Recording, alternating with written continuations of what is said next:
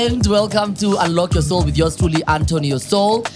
I am at the usual beautiful Nairobi Street kitchen. It's another week, another guest, same clothes. Because y'all are not watching the videos enough, so I don't have enough views to get money to buy new clothes. So yeah.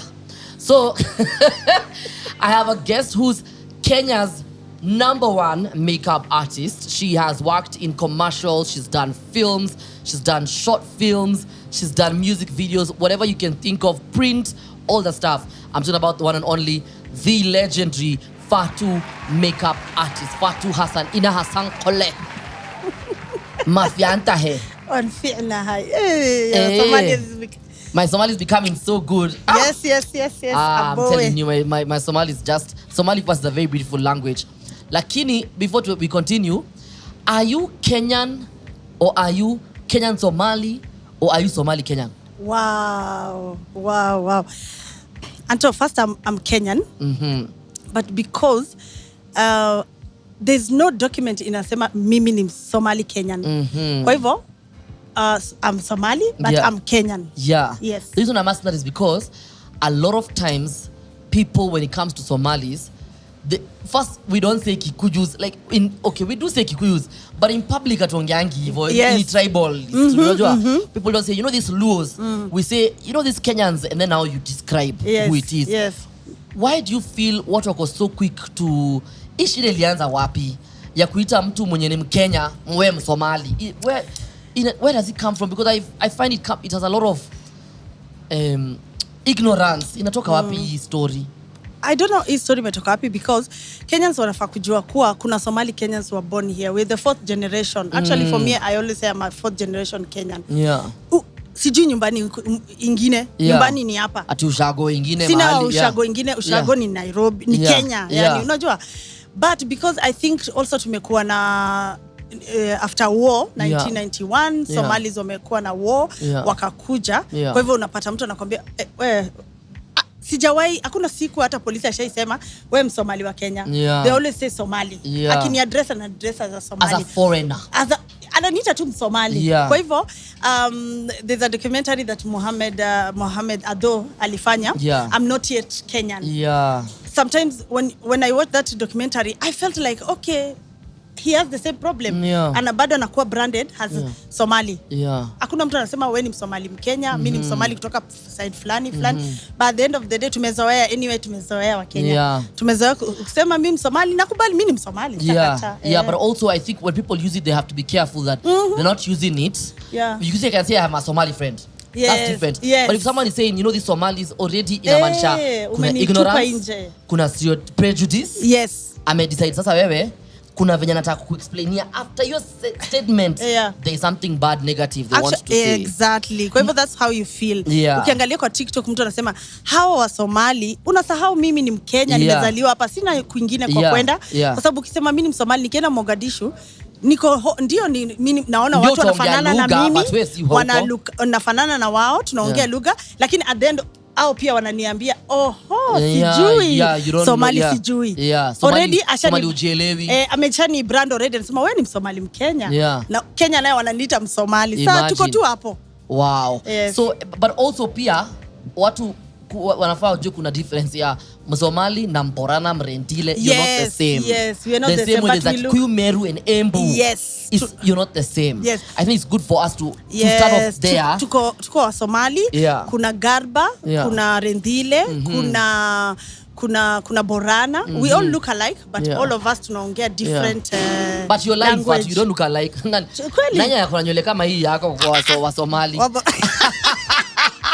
hata wa Somali hakuna ati nywele ya red afro it's not possible. Hii ni brand yangu Anto. Hii ni Fatu Hassan. Hii ni Fatu Hassan. That's a lie.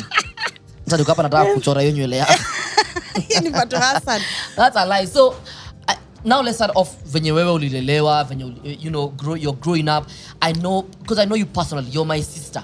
So you have you had a very very difficult upbringing. But in a nutshell, explain to us upbringing yako ilikuwa aje? Of course, mi tulizaliwa wa saba. My mom and dad. Kwa hivyo my mom is born and raised in Isili. And then she was married, and then my dad moved my mom to Uganda. But once after my dad died, we had to come back home.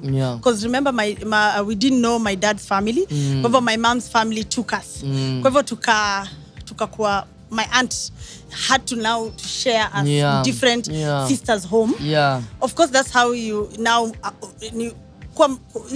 being 5-6 years. An African, alafu una move from your home, your comfortable home, to now your auntie's home. Of course, kuna confusion. Unaona? Kuelewana, kujua hao ni kina nani, ni different place, because unaona nilitolewa kwenye kulikuwa na light, nikaenda Samburu. Kwa hivyo I did my primary in Samburu, Wamba, CCM. By the way, CCM, Samburu people. In Wamba. Imagine Wamba. Nikasoma paka class 8, kumaliza nikakuja Meru. Sasa unaona, after kumaliza form 4 nikakuja Nairobi back home kwa my grandmother now. Again, ni kusurvive, of course. Kwa hivyo siwezi sema leo ati Fatu nimetoka kwa nyumba nyingi sana. Nimelelewa kwa different aunties homes. Kwa hivyo that's until now my mom lives by herself and stuff. But again, I think one thing I always say, ni vile my mom was sick. It was a postnatal depression, but it came back. Now when I'm grown up, I know it was postnatal. But those days, people didn't understand about that. They took it as a mentally. However, you find, I was dealing with my mom who was sick. If she was okay, I think tungekuwa bado home. Lakini because she was not okay, the sisters made decision for her. And that's that's like, because even last week tukiongea na Jimmy, and explain, like, the parents both died. So you now have to be moved. Una move. It's a very African thing that happens. African thing, uta move. But also when people start moving like that, a lot of things happen. One, you either find yourself, unaanza kujielewa who you are, because you grow up very quickly. Oh, I grew up very quickly. You grew up quickly because hakuna time ya kutendekezwa. Kucheza. You are working. Nobody has time for that. No. But also, there's a lesson here to be learned. Is that if mtu akona opportunity ya kulea mtoto wa sister yake, mtoto wa cousin yake, amlee, but amlee na utu. No, I always say, kama umeamua kulea mtoto wa mtu, please lea huyo mtoto 100%. Because hizo vitu zote zitafanyika kwa huyo mtoto. At the end, akikuwa mkubwa, ni kama kuna switch on. Unarudi back. Unaanza kusema, kumbe hivi haikuwa hivyo, ilikuwa hivi. Yani unaanza kujiongelesha. Kwa hivyo I always say, ukilea mtoto wa mtu, mlee na utu. But for me, I always say, thank God, nilikuwa na my mom's sister, the old one, was a very kind person. Na alikuwa nalea pia watoto wake walikuwa orphan. Plus me, Fatu, on top of her. You can imagine what she is sacrificing to just take me. And then also them to make just sacrifice and to take us. Us, sisi wote. But unajua kwa hiyo experience kenye kitu moja sana that for me has Fatu nililearn ni muna lose sisterhood and brotherhood with your own siblings. Like now, I'm learning my own siblings. I'm learning who they are, what they like. I am actually learning my brothers. And they're also trying to also learn you and your boundaries. But if you see them, each of them pali amelelewa, ako very connected na wale walimulea. Kwa hivyo unapata bali mimi nililelewa niko connected na wale nililelewa na wao. But now, learning your own brothers, learning your own sisters. Munakosana Anto. Munaanza kublokiana kwa WhatsApp group. Na hamujuani. Ni because mulilelewa kwa different homes. And you're like, you know what? I'm not going to deal with this. But again, because I'm the oldest sister, we are only 2 sisters. And my younger sister is a proper Somali girl. Ameolewa, amepata watoto. And me here, I'm running after career and stuff. I made a decision to be now the space of my mom. To bring my brothers together. However, I keep having conversation. At a misunderstanding, I am first to apologize. Because I don't have time for 10 years blocking ama tukosane. I'm working for this small kidogo imebaki, let me know them. Unajua anasema let me learn my brothers, because again I need to learn their children. Kwa hivyo that's all. Yani ukiwa mkilelewa different mnapoteza hiyo undugu, but it's very. Kwa hivyo me I envy when I see sisters come together, brothers come together, hugging, they know each other's birthday. I really envy that. I'm like, wow. But you also, like, I've seen you also close with your cousins, because tulilelewa wote hivyo. Like this one rascal. one rascal who's based in England, innit? She's called Saadia. Because her mom is also one who lived with them, where we used to live. Yes. We knew her mom more than all my mom's sisters before. We knew her because she was in our life. Day in, day out. Our mother gets sick, Mama Saya is there. She comes even to clean for us, to cook for us, because her sister is sick. She was part of us. How was I'm gonna place a photo of Saya here, you and Saya. How was it growing up with Saya? Competition, tulikuwa tu hivyo. Vile unamuona saizi, lazima nisumbue. That's Saya for you. But I was also told stories about you. Kama I had to remember here. I'm writing notes. If it's from Saya, ni uongo. Lazima niandike hapa notes, what I was told about you. There's this one time ati you are very forgetful. Ukituma kwa duka. Naimba. Kama ni chumvi. Ati unaimba unasema chumvi sukari maziwa.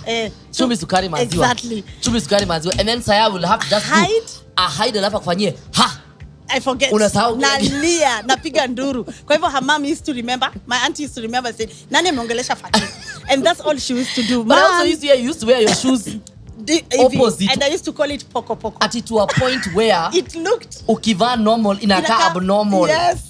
And nazalia ikirudisha, yani ukiweka straight, ningepiga nduru, Mama Saya will wake up and put it back to vile ilikuwa. And I used to have a name for it, poko poko. Poko. I mean, because it sound especially kipata maji. And you know it was that plastic. And then I used to take Vaseline, apply. Do it shine. Oh my goodness. God, nakwambia childhood, eh? The things you went through. So now umepitia all that. Are difficult, but at least on a bring that allows you now to hata kama unatoka, you know you've gained something. But I think the history of Muslim women, the history of Kenyan Somali women, you are the first, maybe the first one in Africa to leave their mother's house and go live on their own. The rest who live because of school or marriage. It's always marriage. You have to live because of marriage. They live because of school, because ameenda UK, lazima ataishi peke yake.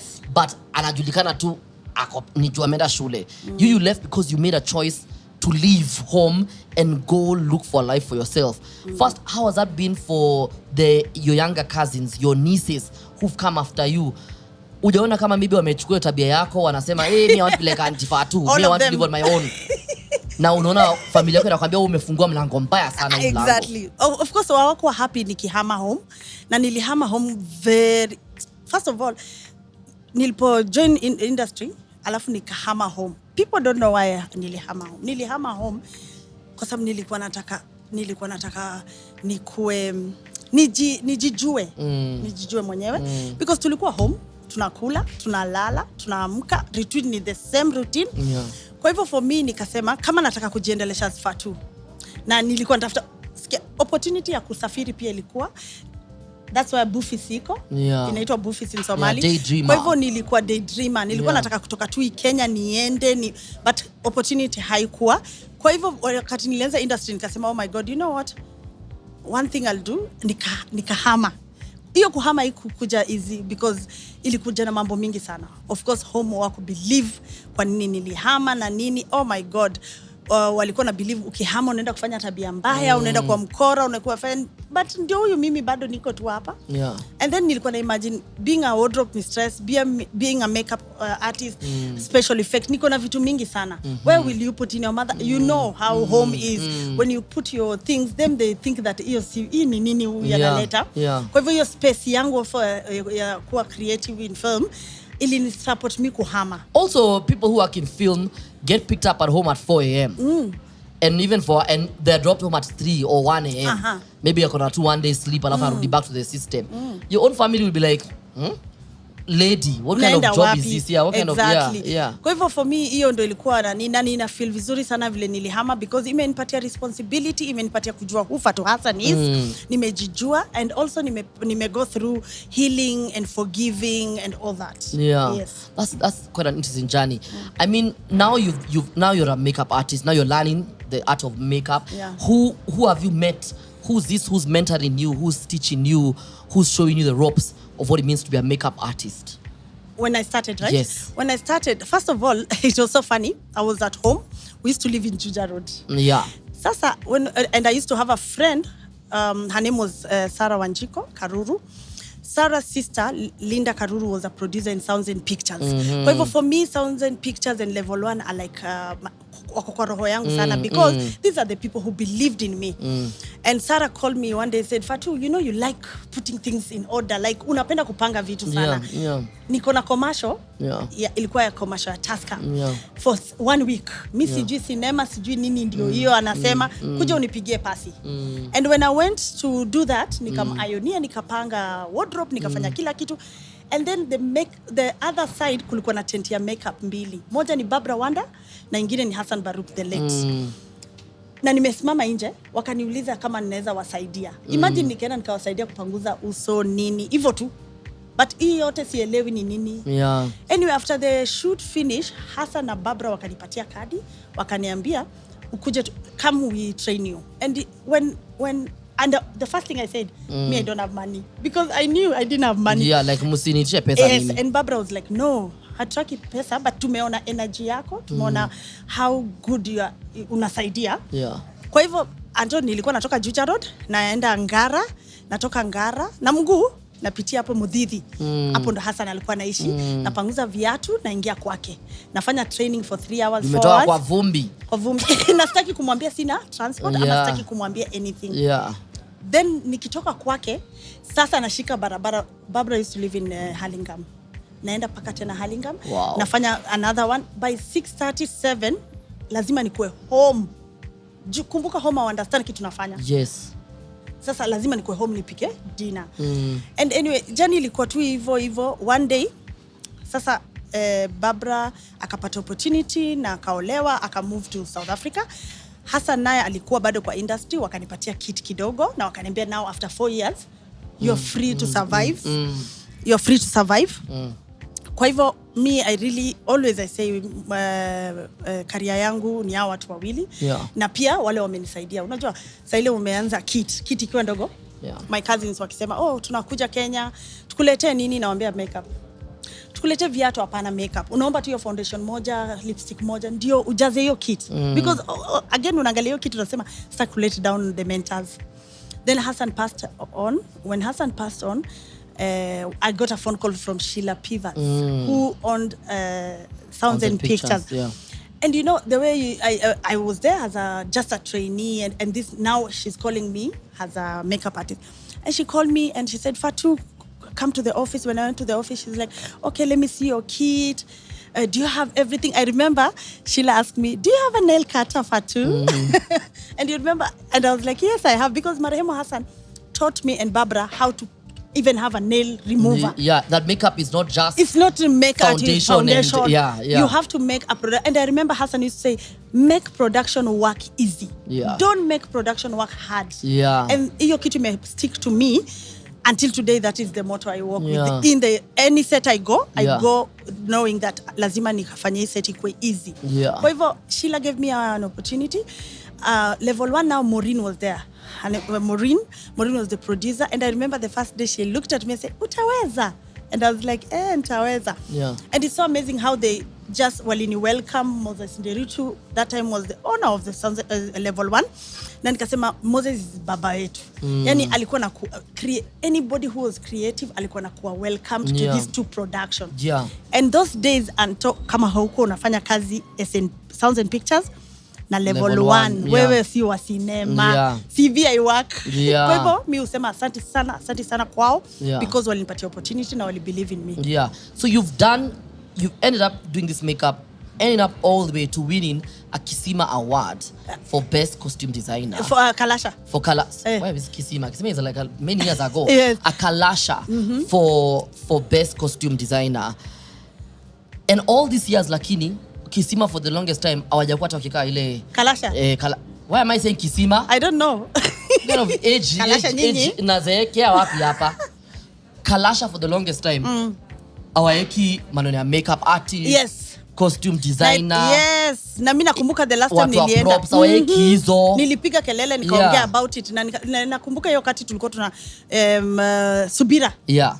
Tuliwin Subira na nikasema hapo hivyo my dream is to come and win something. Yeah. Kwa hivyo I'm expecting makeup art department in general should be here.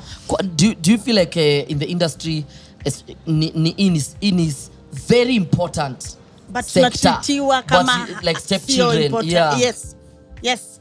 Because ukiona vile wana treat makeup, wardrobe, art department in general. But me I always say makeup and wardrobe. Utapata first idea na kuja kwambia how long? Unamwambia 10 minutes. Anakwambia ni mingi. Nipatie 8 minutes. And you're like, where? Si wewe ndio unafanya hii makeup na ujui kenye nafanya. Kwa hivyo we are very important department but wana behave kama we are not important. But anyway tunajijua na tunajua our worth now. I'm sorry. Tutawork na worth yetu. Exactly. But also for you to get that point you must have done so many jobs for you to reach a point where unajiambia I will be respected. Yes. You will respect. I will have earned this respect. I paid my due. Yeah, you paid your dues. Actually, Anto, that I paid my due is always my power. Yeah, because I paid my dues. Exactly. So what are some of these jobs you've done? The many jobs you've done. Give us a list. I know the list is a lot. Listen long. But Anto, before nipate hizi jobs, nimefanya free job. Nimelipwa shit. Nimefanya job nikaambiwa ni trial na ninaipata iko kwa channel kubwa. Huyo mtu ameuza hizo vitu zote. But anyway, hiyo ni process ya grow. So lazima umeumia. Lazima uumie. So people should also like be ready to do free work. Especially the upcoming. Yes, upcoming. I'm sorry. Mwezi kukua mnalipwa HOD na umefanya vitu mbili hapo. Exactly. I'm sorry. You have to pass these things. Kwa hivyo, jobs nimefanya feature film. Nimefanya feature film kutoka Egypt inaitwa Khazalhum. Nimefanya Tolo from Italy. Nimefanya Tulo Channel from Puntland. Nimefanya Arde, which was big series in Mogadishu with Ahmed Farah, Rio production also. Nimefanya Subira imewin awards mingi sana. Nimefanya feature films mingi sana na nimefanya TV series yenye ilikuwa pia nililearn on process na nikalearn vitu mingi. It was Coke Studio season 4 and 5 to meet all these celebrities in Africa. You know wale ulikuwa unasikiza tu kwa radio but now una meet mtu 101. Also it was I was very happy.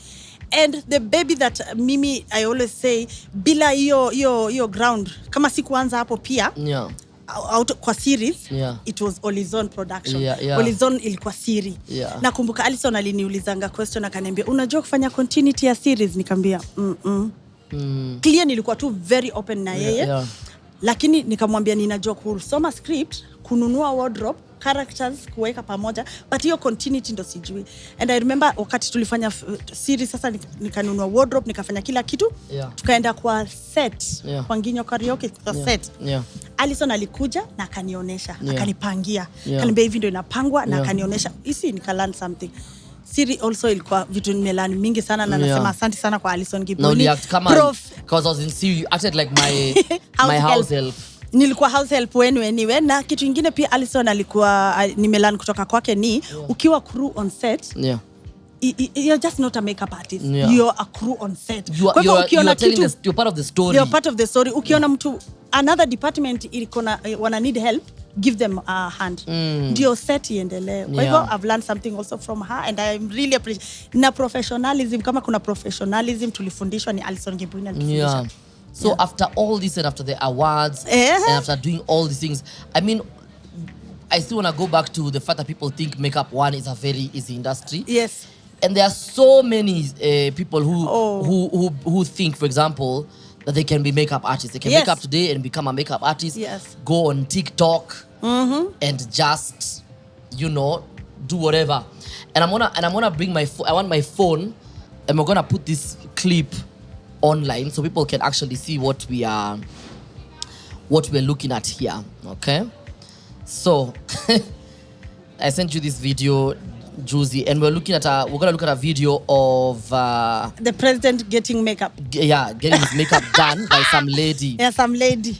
So I want us to look at this clip, and I want us to look at and tell me some of the problems we see in this clip. So let's start off again from the beginning. So, what is the one thing you notice that is wrong in this clip? When I didn't see a driver to cover his outfit. Yeah. Because client akuja kwa hiyo kiti, when the client comes and sit on your seat as a makeup artist, yeah, you need to protect his clothes. Yes. Because after here alikuwa naenda wapi? Alikuwa naenda kufanya shoot. Yeah. Secondly, niliona spray because makeup artists nowadays they learn about doing tricks, yeah, actually. Yeah. But those tricks, do they work in film? Yeah. That's the question. Or yeah, they work personally. Yeah. That's the problem we have now as makeup artists. Yeah. Kujua, am I doing individual person? Am I doing for 8 hours to 10 hours on set as a actor? Ako kwa set, yeah? Kwa hivyo nilikuwa, look, something else I've seen, anafanya na mkono yake, spray the face, yeah, of the president, alafu, yeah, ana pepeta. Yeah. Na mkono yake Anto, yeah, which anafaa kuwa profession, anafaa kuwa na nini na fan. Yeah. Tuko na fan hizo ndogo zote za makeup ziko, yeah, angetumia hiyo. Yeah. Unaona?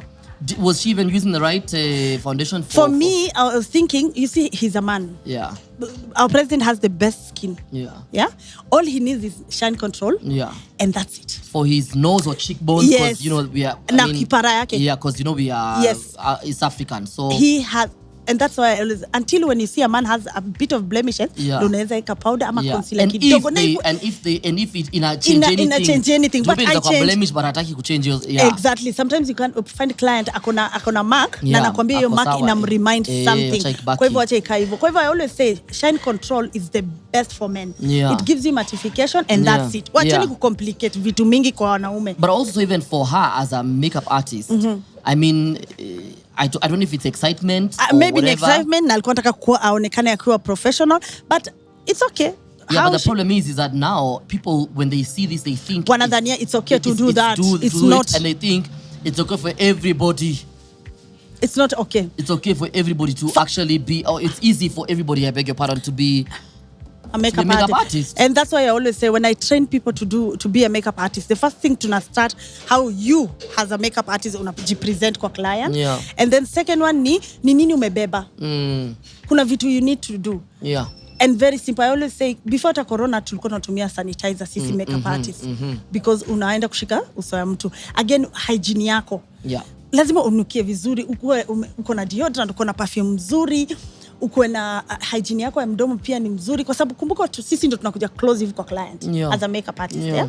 Kwa hivyo the first thing unaanza ni wewe unajipresentaje kwa makeup artist. Uwezi vaa hapa hivi vitu ziko matiti nataka kuanguka chini na unaenda kwa nyumba ya mtu, yeah, wako na familia. Yeah. Lazima ujue how to present yourself as a makeup artist. Dress well. Yeah. Present yourself well. Ujaenda, yeah, kutafuta kitu huko. Yeah. Umeenda kufanya kazi na utoke uende. Now also what about vitu kama people even understanding makeup for different scenarios. For, yes, example, going to the club, kuna watu wanaweka makeup ya, you know, going to even to like a religious institution, you're going to see a family or whatever, and not mean that you should change yourself when you go to meet people, but there's also this thing, every time I'm with you and you see people, it's called caking. Someone looks like kabisa, kama mtu kabisa anaweza angusha icing ya keki.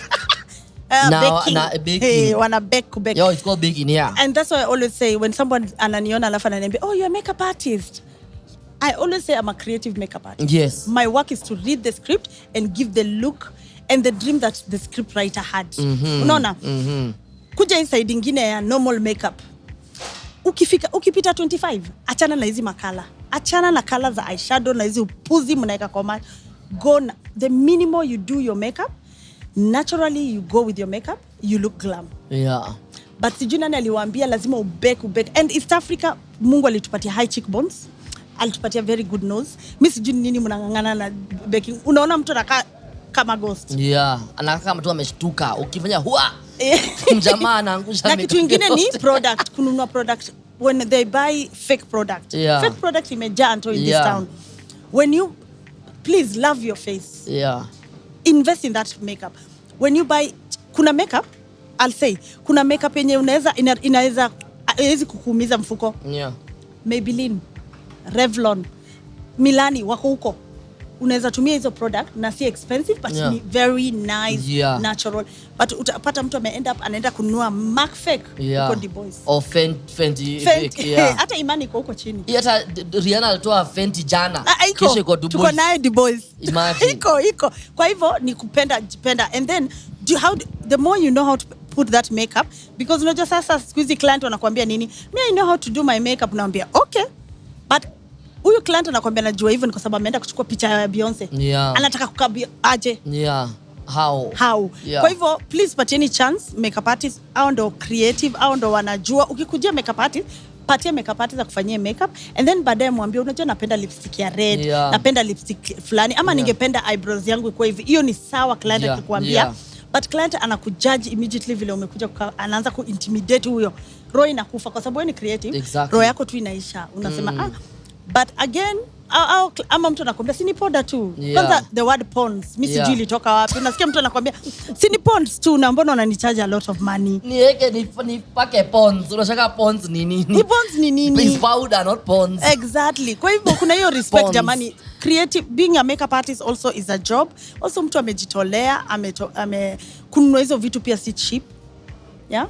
But na makeup artist pia hao lazima follow the process. Lazima follow the process. Amtakuwa mkishinda mnauliza Fatu Hassan akoje hapa. It is consistent. Yes. So you can't wake up today just because you umefanya vitu on Instagram, on TikTok, you're worthy of being a big makeup artist. No. It takes time, it's a process. And also, it's more enjoyable after we go through the process. That's when it's more enjoyable. You know the first time niitwa HOD, key makeup artist, it was Sugar with you and Lupita. Can you believe? After all those years. The late Teboho, Alison Gibuini. You see, after they've seen me, I remember the late Teboho, aliniambia, Fatu, I remember you being brush cleaner for Hassan Baruch. Because he did a commercial in Kenya and I was a brush cleaner for Hassan. Wow. And when I came for the interview and Alison said, I like seeing people growing. And remember, I went for that interview with other makeup artists. Yes. But Alison gave me that chance in Teboho because they saw me starting from there. Unaona? So you gotta start somewhere. Kwa hivyo, that key makeup artist nilipatiwa nikiwa na wewe, Nikumtuma, Lupita Nyong'o, au ndo nilipata hiyo jina key makeup artist. Kwa hivyo, you have to work hard for that name. We have two more things to talk about. One is the importance of mentorship, which is people holding your hand, na maybe also holding other people's hand. Why is it important for people to walk together, to walk side by side, hand by hand, leg by leg, eyes by eyes, kusaidiana? Why is it important for watu kukuwa na mentors na mentorship in the creative and the film industry? Because lazima ulana kuna protocol kwa film industry na kama huna mentorship ama huna mtu kukushika mkono utafanya mistake mingi sana. Na hizo mistake utakuwa judged. Understand? Kwa hivyo for me, because nilipata mentorship kutoka kwa Hassan na Barbara Wanda, kwa mimi pia nimepeana over 10. Now they are working. Those kids are working, they are doing very well. Wameendelea, wengine wameolewa, wamezaa watoto. And for me, I feel like a mother now. I'm like, you know what? Thank God nilishika mkono wa watoto. Unaona? As much as saa zingine unashika mtu mkono, production inakwambia we don't have budget for them. Inabidi ujinyime wewe pia uwapatie. Kwa hivyo lazima upitie mentorship na upate na ukipata mtu anakumentor na huyo mtu hakumenti vizuri, just move on to another person. Usichoke. Kwa sababu nayo creative industry inaweza kukufanya kwa depressed hivi na kukimbia online na kukanana. Exactly. Na Kenya una post. I always say, kama umeamua wewe ni makeup artist uko kwa film industry ama uko mahali popote, please your image chungana naye, because that image is very important. The first thing people say is that if you're dirty online, if you're doing these crazy things online, corporate will never work can you touch somebody's face? Exactly. Mdomo yako. Yet to be honest, hizo vitu mbili hata haziko karibu. Tunaweza kuwa na post vitu funny online, but naweza kana client hivi ni advice, but naturally is the thing the conversation I was having with my cousin like 2 weeks ago. Naturally, mtu hawezi jitoa aoni huyu mtu anapost vitu mbaya na anazafaa kushika uso ya mtu aingiani anakata ama uonekane tu kidogo umevaa uchi. Mtu anasema huyo makeup artist mwenye anakaanga uchi. Atakuja one client kweli. Umekuwa tayari threat. Na modosi na ni CEO wa Co-op. Exactly. Ni CEO wa Equity. atakaa aje na CEO wetu kama ana behave hivi. Kama ana behave hivi. Kwa hivyo sometimes also wewe mwenyewe una sacrifice as a makeup artist, has somebody unafanya nani unajiambia unasema, you know what, I need to dress decent. I need to know what I'm posting on social media. And that is your home. You know, social media is part of us. Our familia tumechoose. I always say the family that I choose is film industry. Because they know me as Fatuo Hassan very well. They see my funny side, they see my crappy side, they see everything because nashinda na wao. You understand? Nikirudi home tuko tu home. But sana ukiwa kwa cinema hapo hiyo ndo familia umechoose. Over you have to just love them, respect them. And also speak up. Because kitambo tukianza industry hakukuwa na speak up, but squeezy we're here tunaongea. As we conclude, there's some certain films, shows that you've been working on in Somalia or are of Somali descent. And the Somalis now are really coming out as people who want to tell their own story. And kuna watu ambao wako kipaumbele in making sure these stories are being told. Tell us about these two projects umekuwa ukiwork on in Somalia and how they are changing the landscape of Somali storytelling in the world. Now Somaliwood. Aki ya Mungu, we need to have Somaliwood. I'm the first person to say it. Am I the first person to say Somaliwood? Yes, Ahmefara, umesikia Somaliwood. Somaliwood. No one has ever used that word. Somaliwood. Exactly. Kwa hivyo I did Arde was a series that we did in Mogadishu with the Rio production. And Ahmefara was the director. And that one, when we went there, we actually changed because the kids we were working with, they've never done any film. It was the first time for them to see this big production, and actually they learn also how film is done. They thought it was just a camera putting their camera and continue. No, they saw art department, they saw wardrobe, makeup, special effects. All that journey, they were with us, and we trained also. We left people who are filmmakers now. After Ahmed opened this, he opened this door that we can tell our story. After Ahmed done this, the next film I was in Puntland. You see, hii nilikuwa Mogadishu. Now I was in Puntland, which is also part of the Horn of Africa. And in Puntland also I shot Tulo Channel. Tulo Channel means village next to paradise in English. And that is Ale, the beach side of it. However, Tulo Channel will be out 2024. And also I met a very amazing director, Mo Harawe. And the production team, the entire production team from there, because he built his own his own production team in Puntland. And Ahmed built one in Mogadishu. And we hoping also another place now, like Somaliland or anywhere else, Djibouti also, will have another. And let me tell you, for us to start saying our story, we started with the Ayanle. We started with the Ayanle, shot here in Kenya. Actors were Somalis, and also we had Barkat from America, who is a big Somali actor in America. We started with Ayanle, and we said what we said. If you watch Ayanle on Netflix, it's still there in Netflix, you can watch. We started there to say our story. However, for me, I feel like it's me should say our story. Somebody else, Anto, mtu hawezi kuja kaongea juu Mau Mau. And you knew the story that your father told you about your grandfather. Kwa hivyo, that's what exactly. Kwa hivyo, for us, umesema? Somaliwood. Somaliwood is coming up and is coming up. And now also, tutaendelea tu hivyo because another director Somali will come. And I'm so happy because they give me a chance to bring my creativity to them. Like, they remind me, Fatu, you know what? You've been in the industry. We trust what you give us. Tuna trust utatufanyia kazi poa. But for me, I really appreciate. So as you conclude, I want you to look at the camera and tell your 16-year-old self. Tell yourself something in Kisomali. As unajiambia, yani umefika hapa, uliwahi fikiria utafika hapa, look at you now. Hebu jiambie na Kisomali. 16-year-old. Wacha tu niseme kwa Kizungu alafu nitasema kitu kwa Kisomali. Okay. My 16 year. So unaanza na. Bado unanikumbusha tu, yani ningekuwa sasa ati nimeenda kukua doctor huko majuu. So unaanza na Dear Fatu. Anzia hapo. Dear Fatu, actually, we're going to do that. Welcome to 16. Hey, life is about, Ebu tell Fatu that story. Life is about. old. Yeah. I don't remember my 16 years old. You don't remember, but you see now you're telling a 16-year-old, like you see me, I'd say, dear Anto, welcome to 16.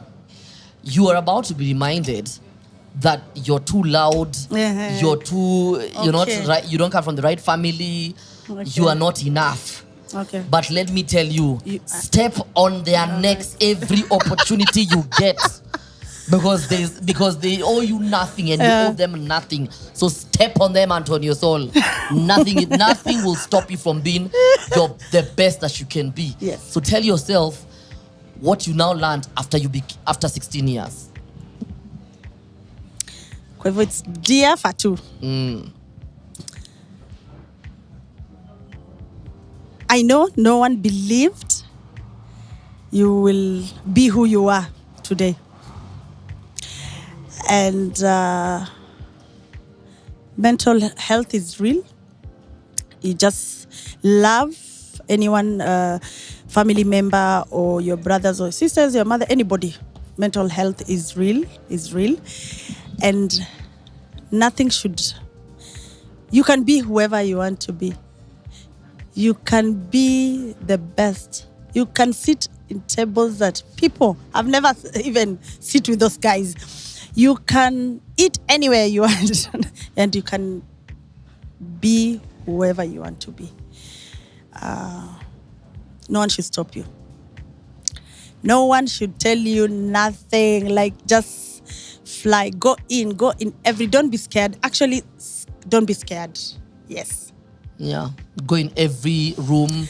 Own it. Yes, own it. Yeah, because if they keep you telling to remind you where you came from, inakurudisha nyuma, make you feel like, oh, naeza.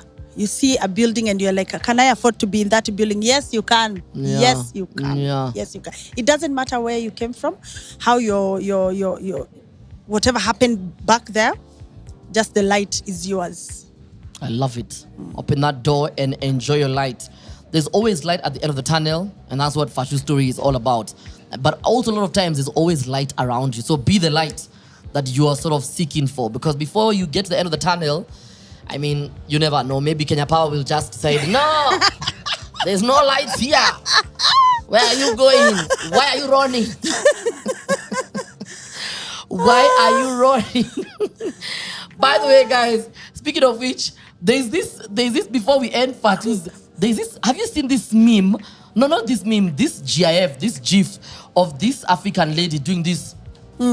She's wearing green and she does this. And a lot of people never know how to find it. Guys, I found it. I know exactly what you need to search for. Fatu, I found it. So I'm gonna go to my page here, for example. I'll go to, since my cousin's page is here, John Finesse, his page is here. So I'm gonna go here. Let me show you. Come see. Bring the camera here. So I want you to see. There's this lady on Instagram, the GIF. She does this. Look at my face. She does this. She's wearing green. Yes. And people are always looking for this image. Today I found it. And I'm not a gatekeeper of information. When you want to look for this GIF, just type Iya Awore. That is IYA AWORE. Iya Awore. And you will find her there. Yes. This one. She's there. I found it. So when people tell you can't make it, remember Iya Awore and do what? What do you mean? Yeah. That's also the African way of gossiping people. Someone was sat here for 19 minutes, they've gone. So now you wanna gossip them. This one. We are Jaonga. Oh my God, that's what life is all about. Thank you, Fatu, for making time. Oh, thank you for Iawore in your past and showing them. What do you mean? I'll not make it. Look at you. Have you guys seen it? You've seen it on Instagram. Have you seen it? It's Iya Awore. So nobody can keep information from here henceforth. Go check her out at Fatuo Hassan Makeup Artist Africa. Go check her out everywhere on TikTok. She's very big on TikTok, you know? TikTok, I don't know. TikTokers are not okay here. So they are many, all of them. and I also joined them. Yeah. And then also on Instagram, go check her out and go check out her work. Ayanle on Netflix, and also Subira, where she also makes an acting debut in Subira.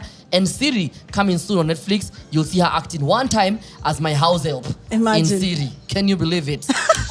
Lakini in that as a house help umekula vizuri wewe. Hata silikuwa mnono. Umekula chakula ya mawadosi. Nilikuwa nimekula chakula ya wadosi, but saizi look at me. You're a very healthy house help. Nilikuwa nimenona sana. Very healthy house help. For the last 5 episodes, a big shout out to the guys that I've been working with. Amazing Rachar, Benjamin, and my very good friend. He's called CJ. Always working with me, always supporting me since I met him at Techno. A big shout out to you, CJ, for coming through. And of course, Nairobi Street Kitchen for making it possible for us to be here. For my guests, the last 5 weeks, you don't know what's happening next week. Next week is gonna be lit because next week it is Christmas Eve, and the week after it is New Year's Eve. And we're gonna be talking about Christmas and Christmas outfits and New Year's. And how all of us join the gym on the 1st of January, but we join it in our dreams. Yeah. We'll talk about it. Keep it Unlock Your Soul podcast on every social media platform and keep showing us love. This is a platform where we scratch beneath the surface to find out what really makes us human. Adios, amigos.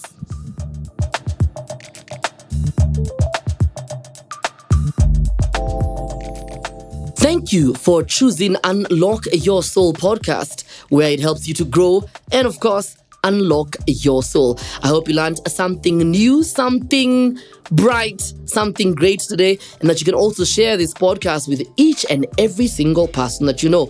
All you gotta do is review, like, and share this podcast on your favorite social media platform. Also, make sure you check us out on YouTube at Unlock Your Soul Podcast, on Instagram at Unlock Your Soul Pod, and on TikTok at Unlock Your Soul Podcast. It's time